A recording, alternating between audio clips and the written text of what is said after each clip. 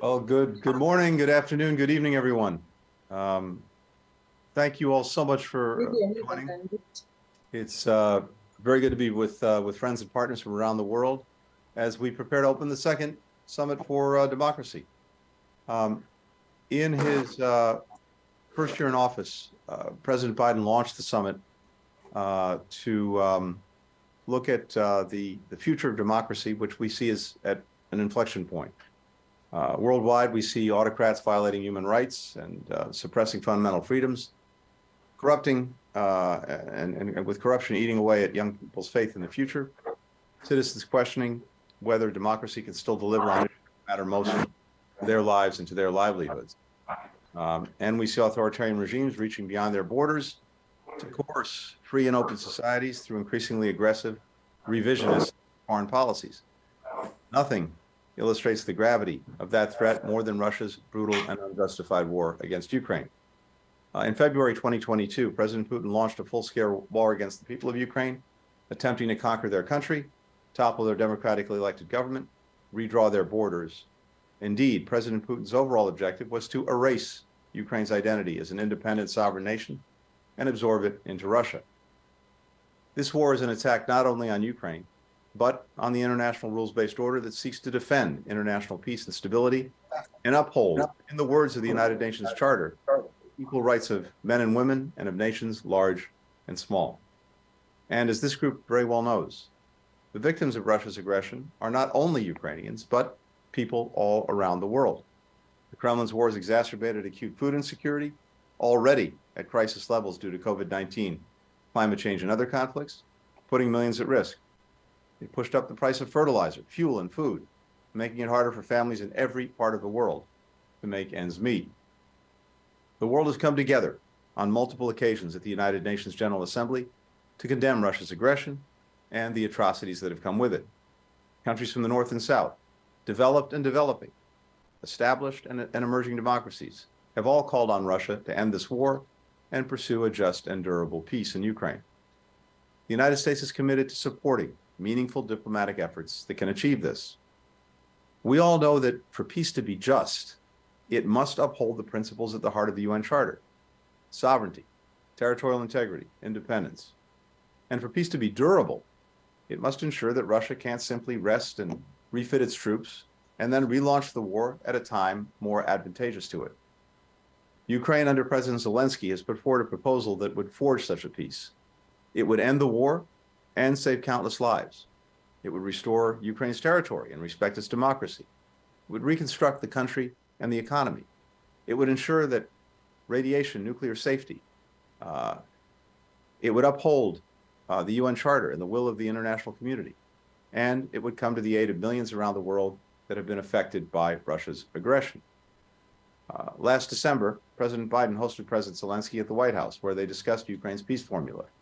And today, we welcome fellow democracies who are standing with Ukraine on the path to a just and durable peace. Because Ukraine's future and the future of the international order in which peace and security depend, that is what is at stake. So that's why we come together today, and I really appreciate everyone joining. And I'm very honored to have my friend, our colleague, Foreign Minister Kuleba here to discuss Ukraine's peace plan. Dmytro, the floor is yours. Thank you. Dear Secretary, dear colleagues, dear friends, excellencies. President Zelensky has asked me to convey his apologies for not being able to join you today.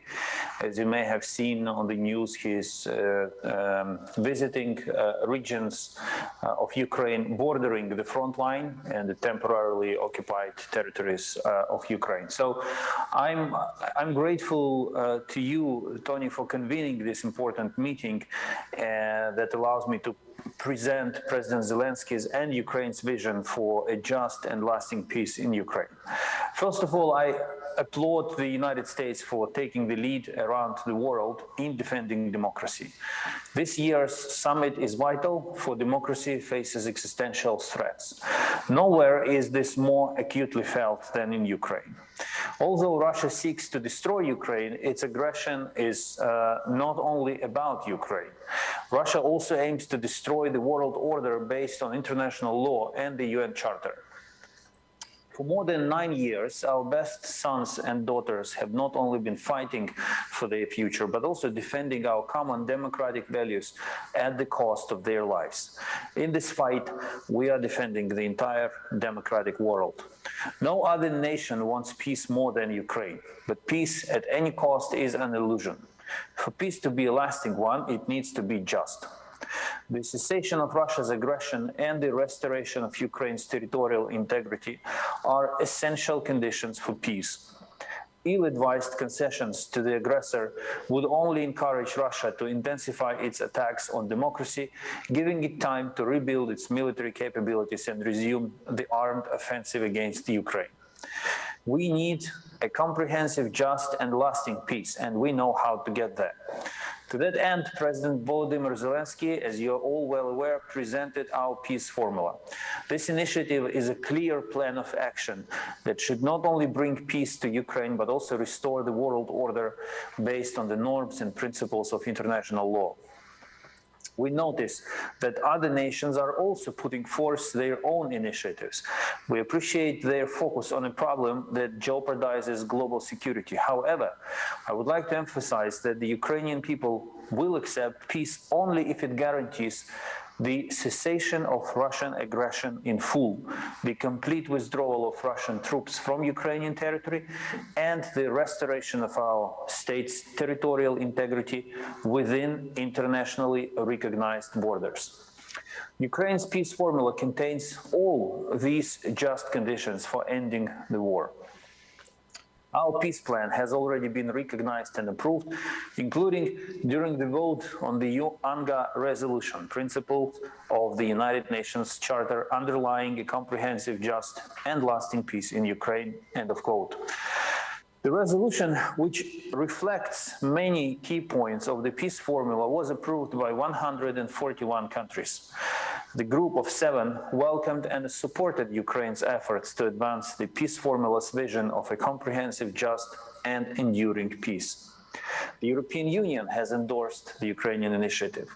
The same stance is taken in bilateral agreements with our partners. I am deeply grateful to the countries that have already stated their willingness to participate in the implementation of the peace formula. We are confident that by working together, we will restore justice, protect democratic values, and restore respect for the UN Charter's principle. We want to involve as many countries as possible.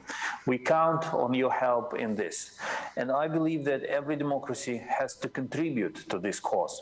Today, I will briefly reflect on some of the formula's details. The peace formula consists of 10 points that can be implemented one at a time or simultaneously.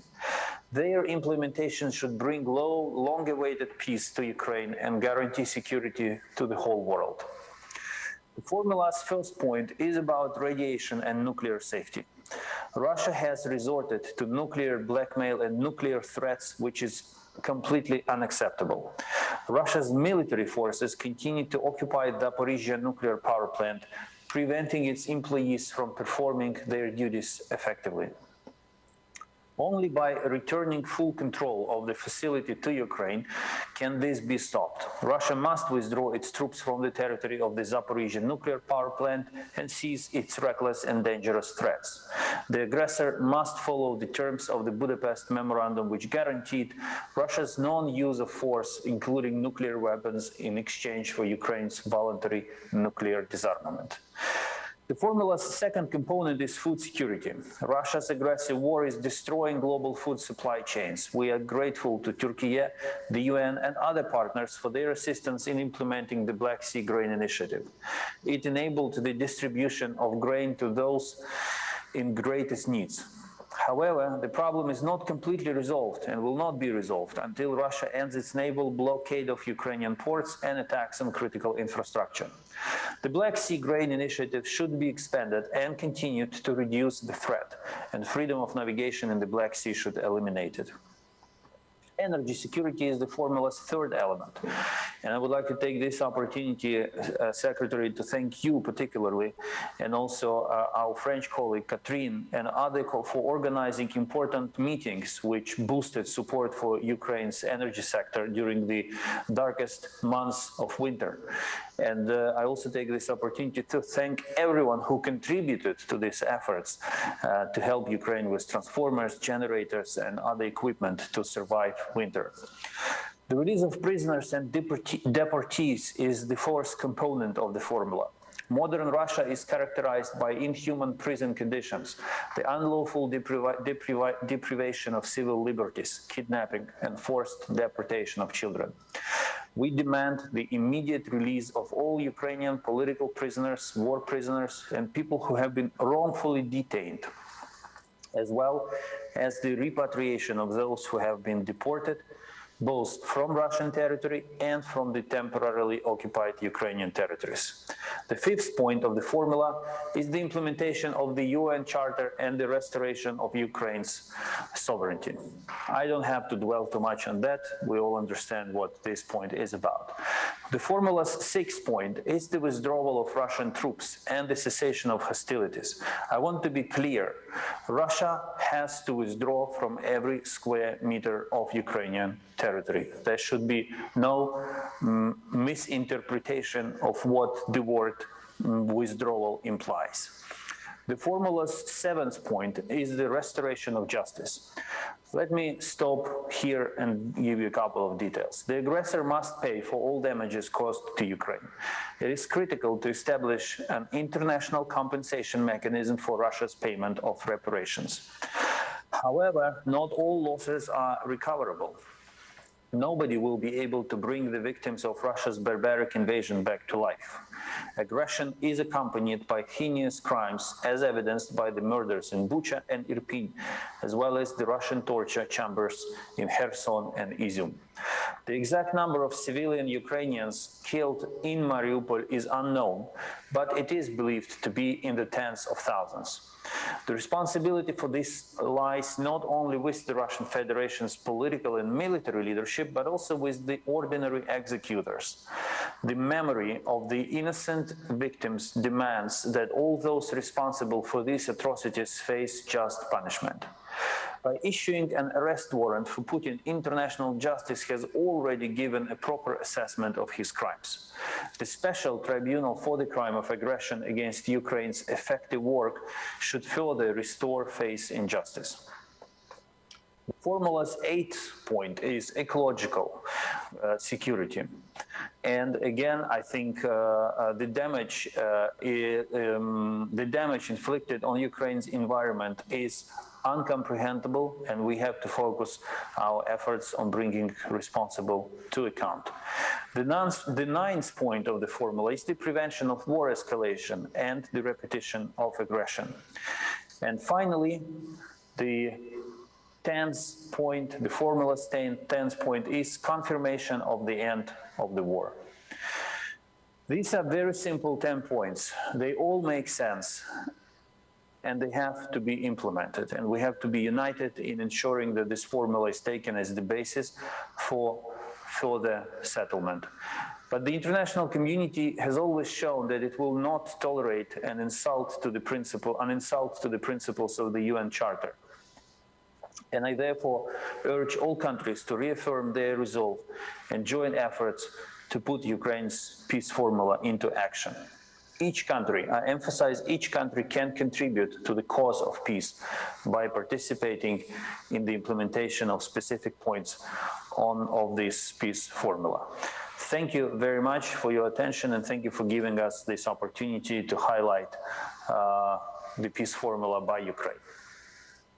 Dmytro, thank you very, very much. Thank you for walking us through it. I think it's very important, and it also underscores a couple of things. One, I think we all have to be very much aware and beware of what may seem to be well-intentioned efforts, for example, to call for ceasefires, which would potentially have the effect of freezing in place the conflict, allowing Russia to consolidate the gains that it's made, and simply use the time to rest and refit and then reattack. And so what seems to be appealing on the surface, who wouldn't want the guns to be silent, can also be a very cynical trap that we have to be very, very careful of. And of course, I think it's safe to say, Dmytro, that no one wants peace more than the Ukrainian people, because they're the ones who are suffering directly from its absence and from this aggression. But it has to be just and it has to be durable. Otherwise, it's ultimately for naught. I'd like to take the opportunity to just go around and hear from colleagues. Catherine, I know you have another obligation, so I want to turn to you first and just get any reflections that you may have. Good afternoon, colleagues, excellencies. Let me switch to French, if I may.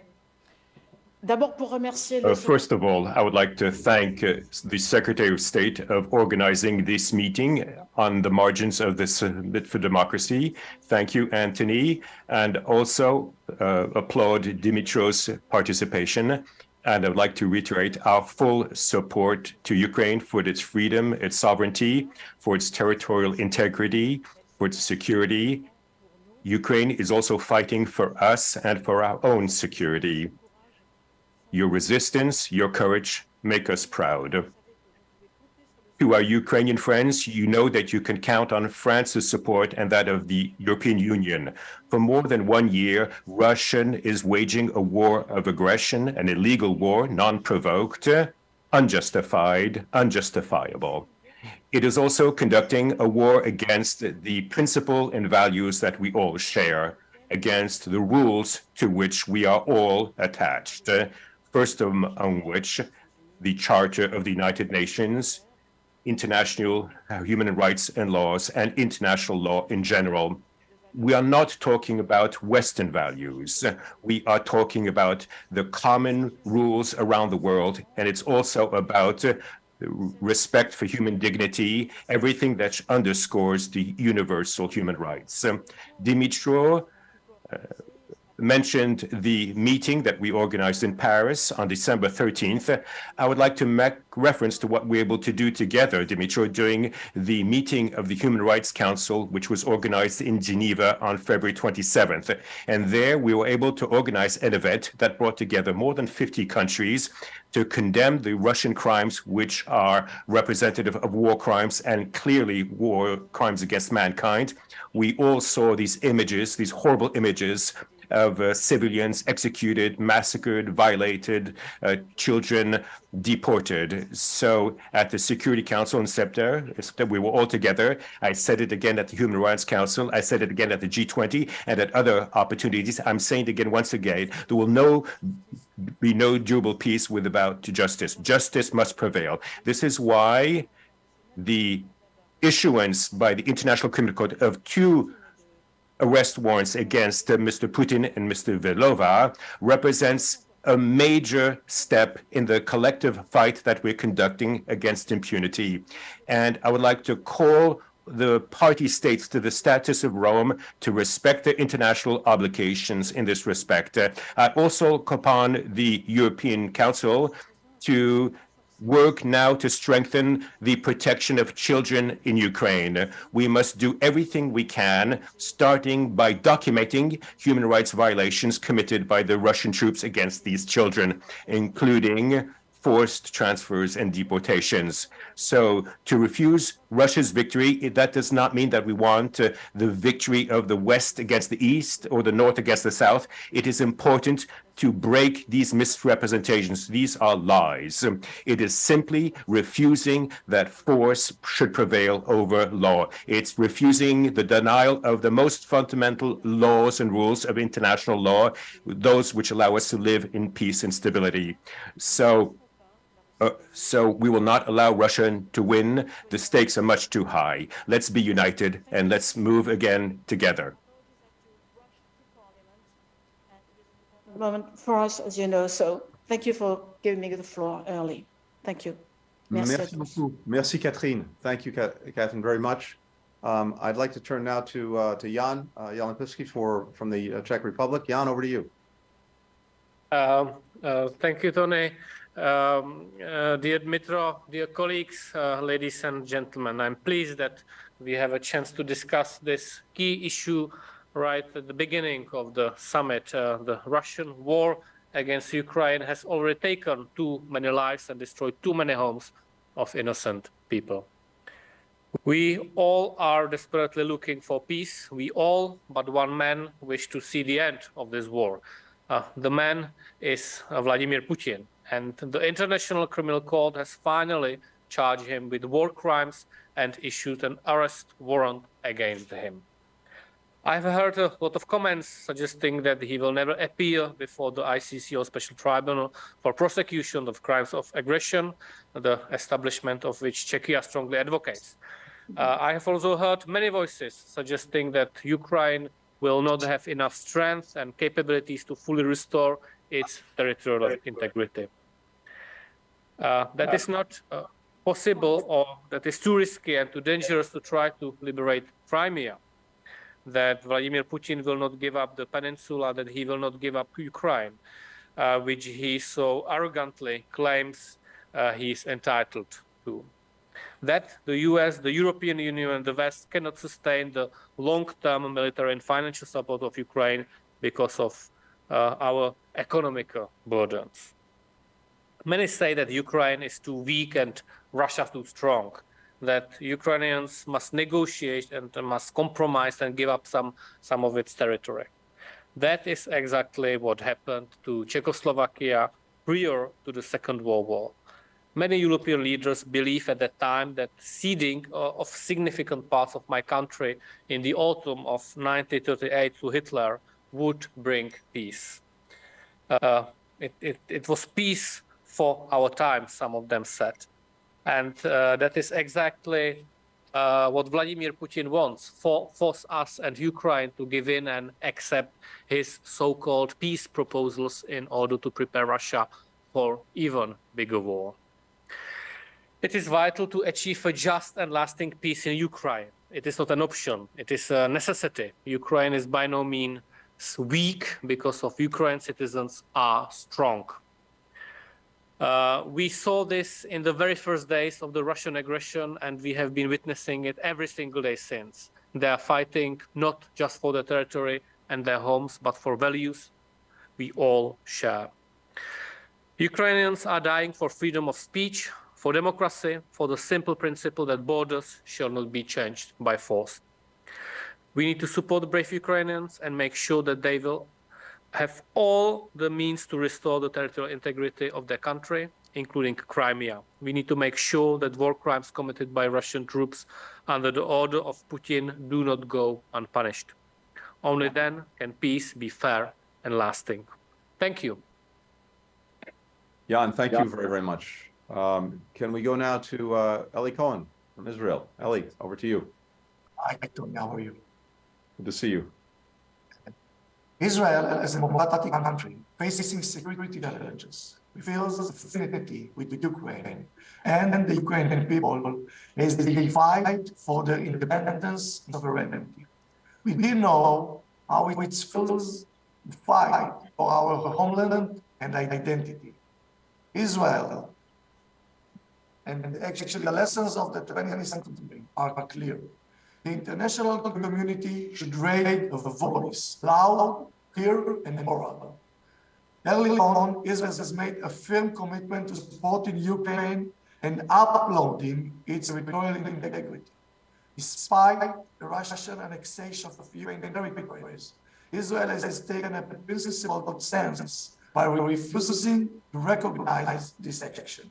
In addition, Israel has demonstrated its action to promoting peace in Ukraine by supporting the United Nations General Assembly resolution calling for comprehensive and lasting resolution to the conflict.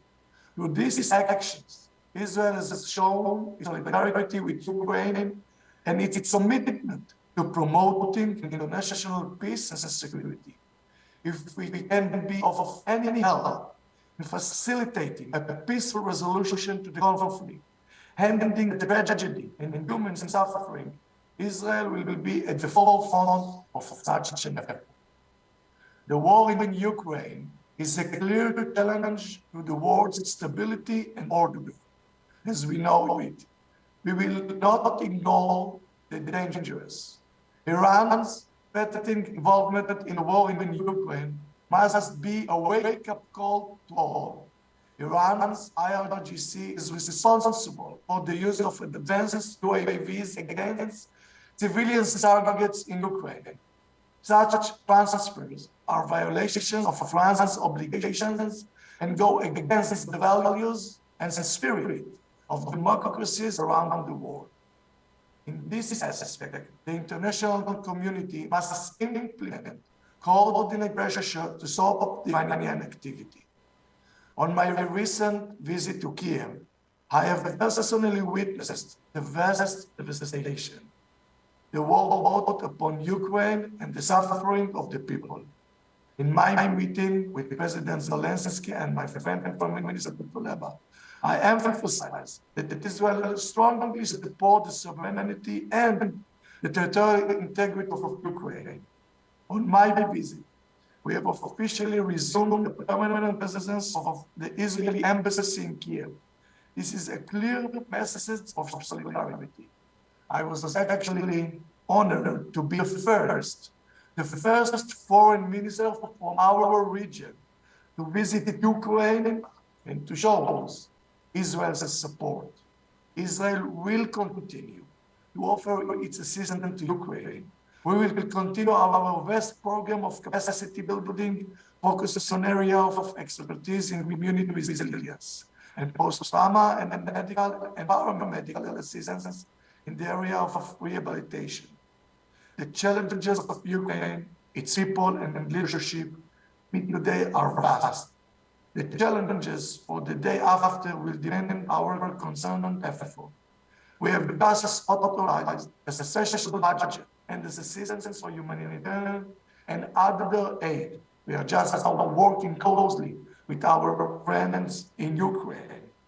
Israel, based on its experiences, will not be indifferent, taking into consideration other concerns.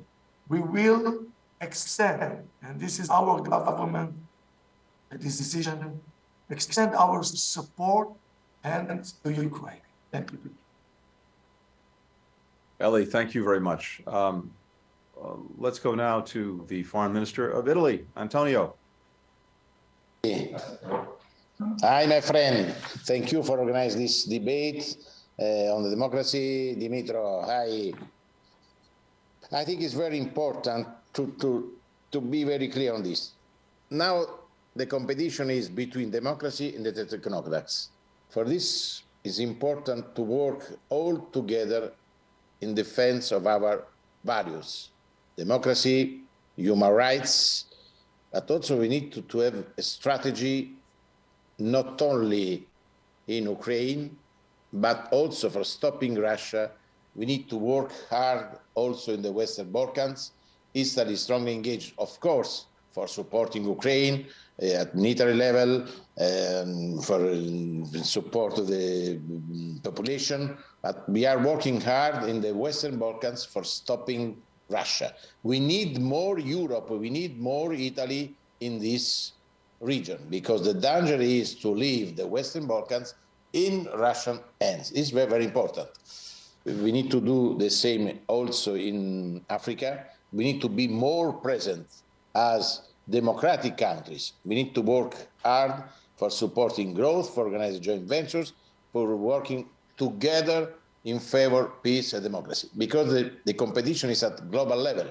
The Russians are working everywhere. Wagner is present not only in Ukraine, it's present everywhere. For supporting Ukraine, we need to be present also everywhere, because the competition is global. On Ukraine, of course, Italy is strongly engaged. The Prime Minister Meloni has been in Kyiv talking with the President Zelenski. I want to thank also for the kind words of the Ukrainian government with the Italians. Also, the 3 days ago, from Italy started a big mission for supporting the civil population, also with the football Italian organization, that they are working hard also in favor of the young children without family in many Ukrainian regions. For this, we are working not only in military sector, also in civil sector, because I think we need to help the Ukrainians also living a difficult moment during this season. We need to help the Ukrainian soldiers. They are in Italy, but we need also to help all the Ukrainians in this difficult moment for achieving victory. I am optimistic on this, but in the same time, we need to work for the peace. Peace is not the defeat of Ukraine, is the victory of Ukraine.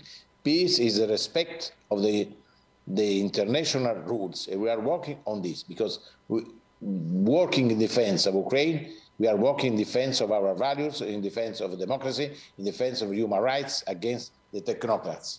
This is very important. Italy is strongly engaged. The Italian government is strongly engaged on this in Ukraine, in the Western Balkans, in Africa, in South America too. Thank you very much.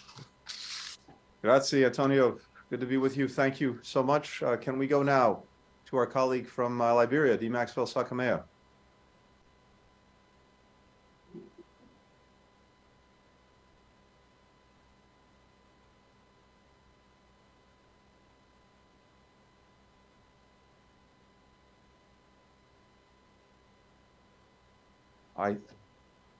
I think the picture may be frozen. Let's see if we can get our colleague.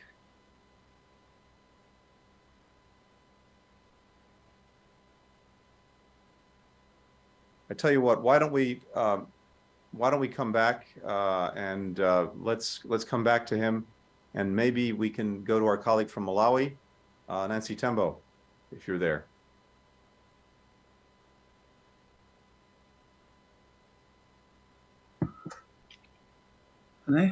Can you hear me?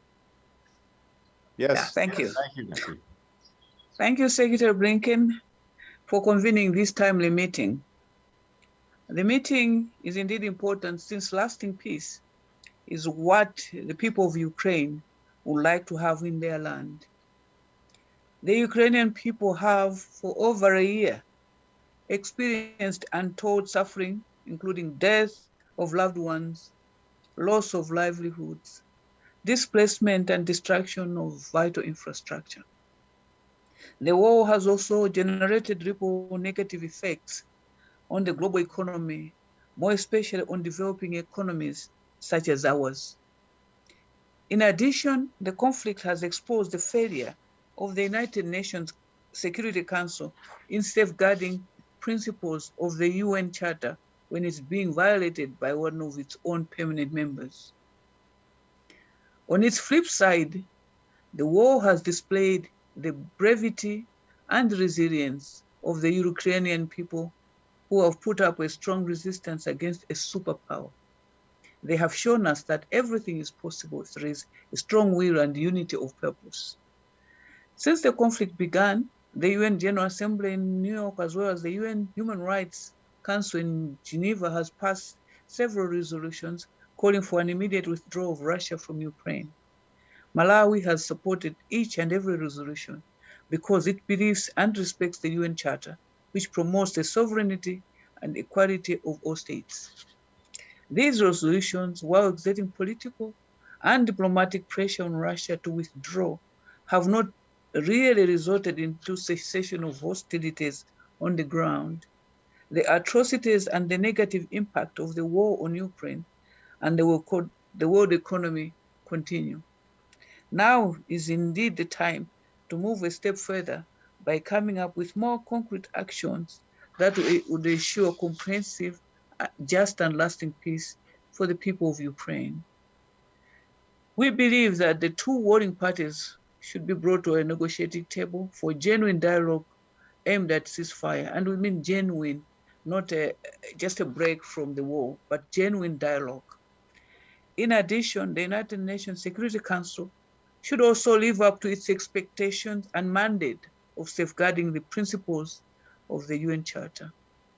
As a country, Malawi will continue to stand with the people of Ukraine in multilateral fora until there is positive change in Ukraine.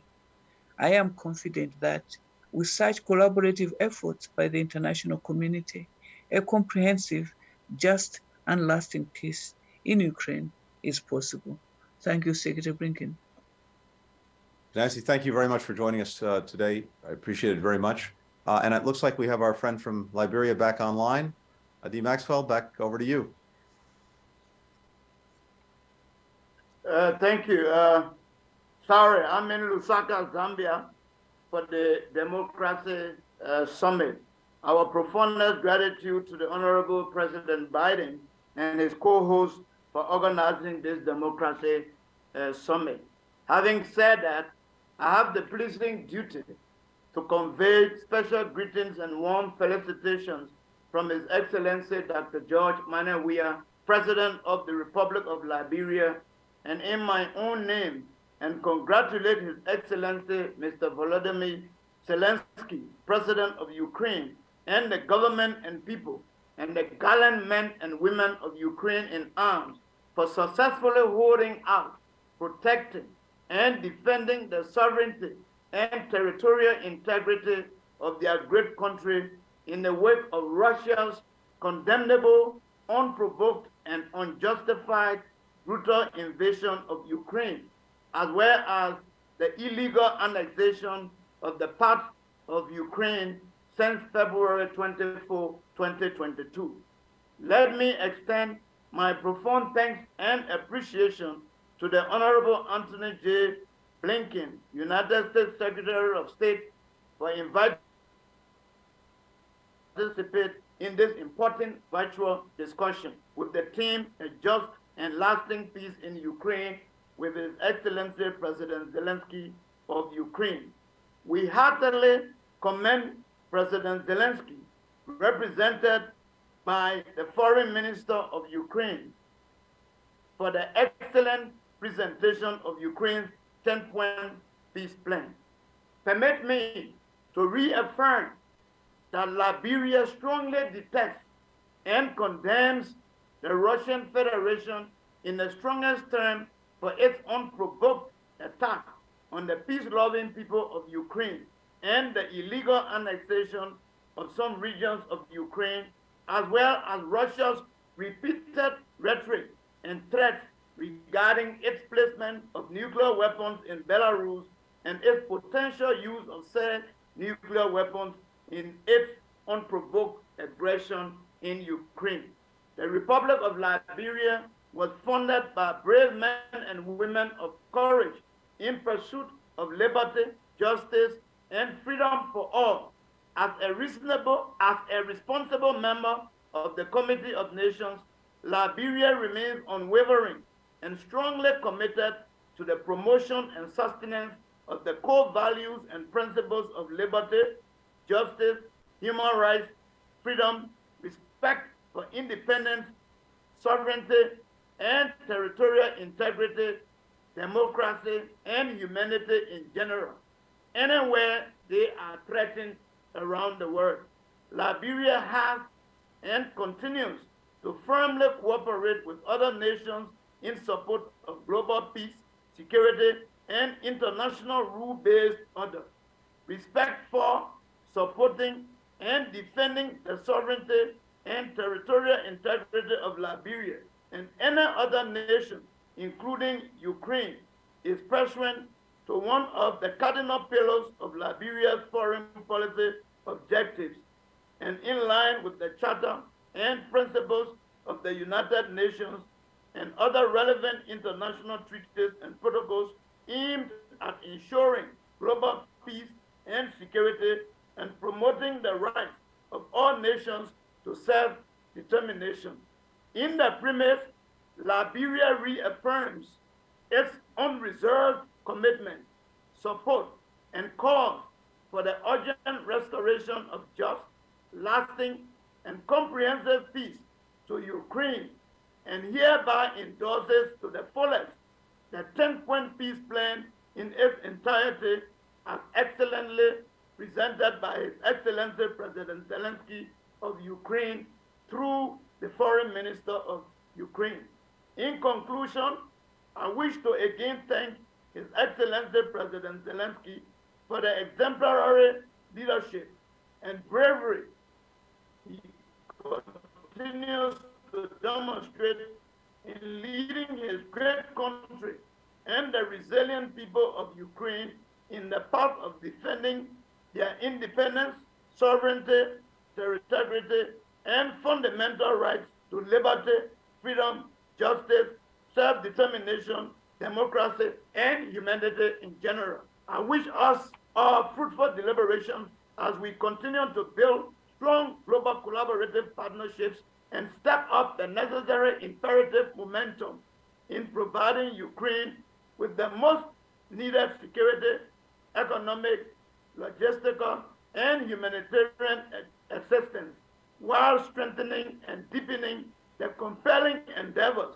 of the international coalition and defenders of the core values and fundamental principles of independence, human rights, the tenets of democracy, sovereignty, and territorial integrity, and humanity, to continue to hold the Russian Federation fully accountable for the gross violation and flagrant disregard for the Charter and principles of the United Nations Charter and humanity in general.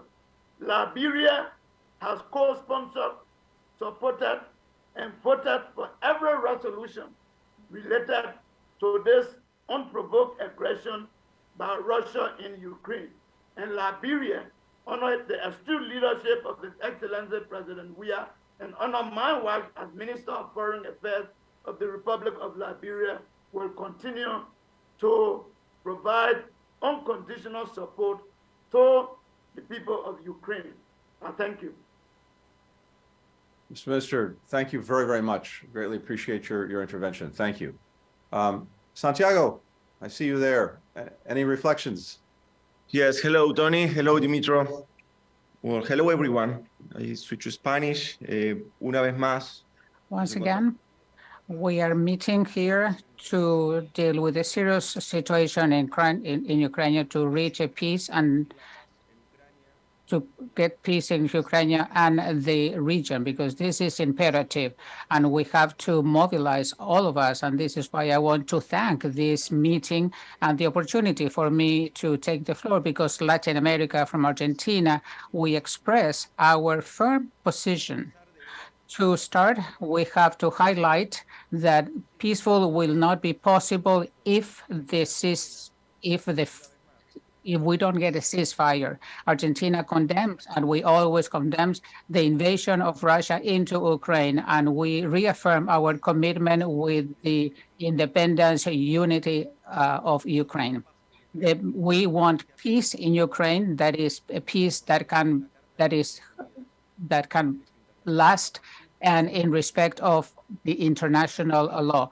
We will reach this if we really respect the principles of United Nations, because we have to have a peaceful world, and we signed this in 1945, and respect of the international law and the sovereignty of the states, and in territorial integrity, and the solution in a peaceful manner, and respect of human rights. Argentina, during 2022, and the first time in our history, we were the chair of the Human Rights Commission, and we were able to achieve during this time a task that was really highlighted by all the members of that commission. During this time, we expressed our concern about the attacks to human rights.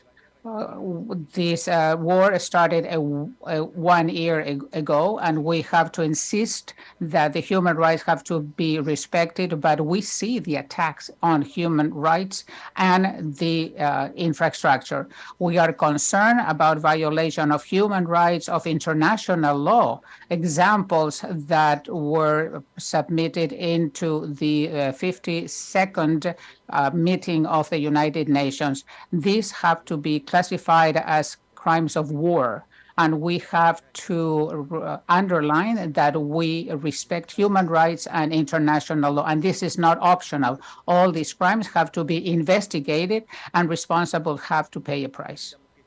We need this to include the criminal sanctions and the non-repetition of this crime. Therefore, the humanitarian aid is fundamental for the survival of those that are most vulnerable. We really want to free access to these areas that are so vulnerable. We will continue to lessen the suffering of the Ukrainian people.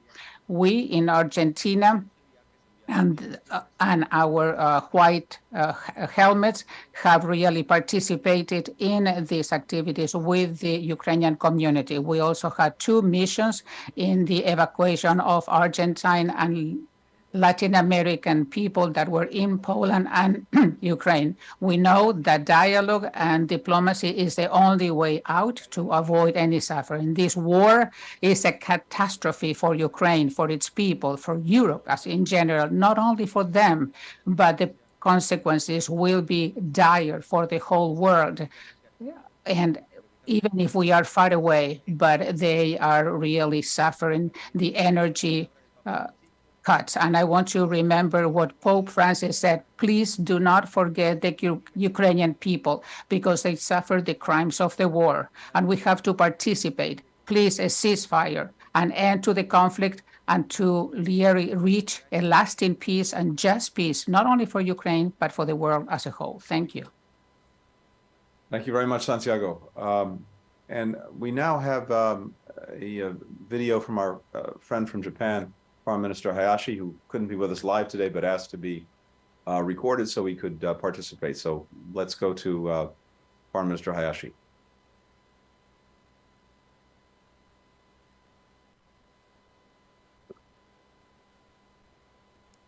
Distinguished participants, first, I would like to express my appreciation to Secretary of State Blinken for his initiative in organizing today's discussion.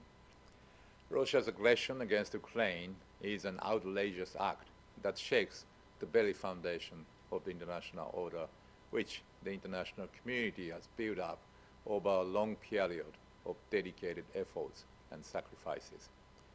This aggression is a serious violation of sovereignty, territorial integrity, and other principles of international law, including the UN Charter, and poses a clear challenge to the international order based on the rule of law. Unilateral attempts to change the status quo by force, such as Russia's aggression against Ukraine, can never be tolerated anywhere in the world. From this point of view, Japan has consistently and strongly condemned Russia, imposed strict sanctions against the country, and provided robust support for Ukraine. In order to bring Russia's aggression to an end as soon as possible, the international community should enhance its coordination more than ever and raise a united voice that unilateral change of the status quo by force is unacceptable. At the emergency special session of the UN General Assembly in February, which I attended, a resolution calling for a comprehensive, just, and lasting peace in Ukraine was adopted with the support of the overwhelming majority of all member states. The international community hopes that peace will come to Ukraine as soon as possible. But it must be not a mere ceasefire, but a just peace based on the principles of the UN Charter. We should not allow the world to revert to the jungle where brute force and coercion would prevail. We should protect the free and open international order based on the rule of law, in which all nations, large or small, can make decisions freely under international law. From this perspective, during Prime Minister Kishida's recent visit to Ukraine, he conveyed to President Zelensky Japan's high regard for the peace formula that President Zelensky has been advocating as a path to a just peace. In the G7 process, where Japan holds the presidency this year, I chaired a G7 foreign ministers meeting in February, and G7 foreign ministers underlined their commitment to upholding the international order based on the rule of law and committed to actively working with Ukraine for a just and lasting peace in Ukraine. In order to stop Russia's aggression as soon as possible, Japan, as the G7 presidency, will maintain the unity of the G7 and other like-minded countries and promote strict sanctions against Russia and robust support for Ukraine. At the upcoming G7 foreign ministers meeting in Karuizawa, Nagano, and G7 Hiroshima summit, we would like to send a strong message to the world that G7 will never tolerate unilateral attempts to change the status quo by force anywhere in the world, or accept Russia's nuclear threats, let alone its use of nuclear weapons. The G7 is determined to uphold the international order based on the rule of law. Well, thanks very much to our friend Foreign Minister Hayashi for joining us with these pre-recorded remarks, and thanks to everyone for joining us today. Dmytro, thank you very, very much for being here, for sharing and going through the peace plan that President Zelensky has put forward. All of us are committed to peace, but I believe also all of us are committed to making sure that that peace is a just and lasting one that respects Ukraine's sovereignty and territorial integrity. And as you heard today, Ukraine is proposing 10 common sense principles that could serve as a roadmap to peace. This war could, of course, end tomorrow if President Putin so chose, by withdrawing Russian forces from Ukraine. But meanwhile, we have a plan put forward many weeks ago now by Ukraine. I really commend the plan to each and every one of you, and would ask you to consider the 10 principles, and of course to stand with Ukraine on the path to a just and durable peace. With that, we're adjourned for today with my thanks, and we'll be looking forward to seeing many of you in the days and weeks ahead. Thanks everyone for joining today.